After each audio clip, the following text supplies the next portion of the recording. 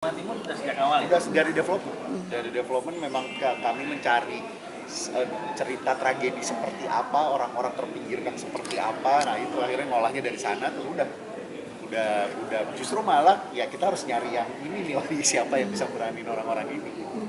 Mungkin kalau development itu bahwa apa yang sudah ada yang sangat baik yang membuat kami kemudian menerima ajakan bergabung bersama, kita coba selaraskan dengan apa yang juga disenangi penonton di bioskop. Karena kan tetap menyampaikan sesuatu, kita tetap perlu melihat marketnya ya. Jadi mencoba menggabungkan beberapa aspek itu yang membuat kita akhirnya perlu membongkar dan kemudian mencari cara terbaik untuk menyampaikan cerita yang sudah sangat baik yang awalnya datang dari Wahana Kreator. Dan setelah itu, maka untuk dimarketingkan dan dipromosikan, kami belajar bersama dari Sinemaku. Ya. Karena Sinemaku dengan kekuatannya, anak-anak Gen Z-nya yang kemudian bisa ada relevansi dengan cerita mereka. Dari situlah kemudian kerjasama kita bersama dengan Sinemaku, setelah bersama dengan Wahana Kreator itu kita gabungkan jadi satu dari Magma.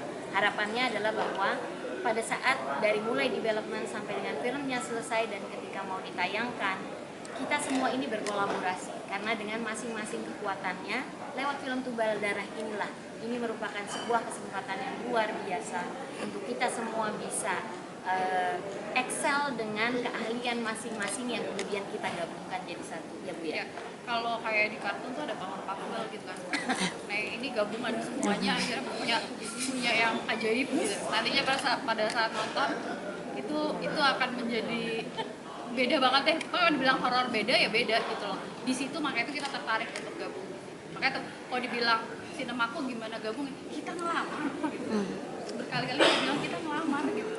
Dan kebetulan dapetnya dua, yang jago nulis, ada edukasinya, dan ini jago bikin film horor actionnya gitu. Itu dapat banget.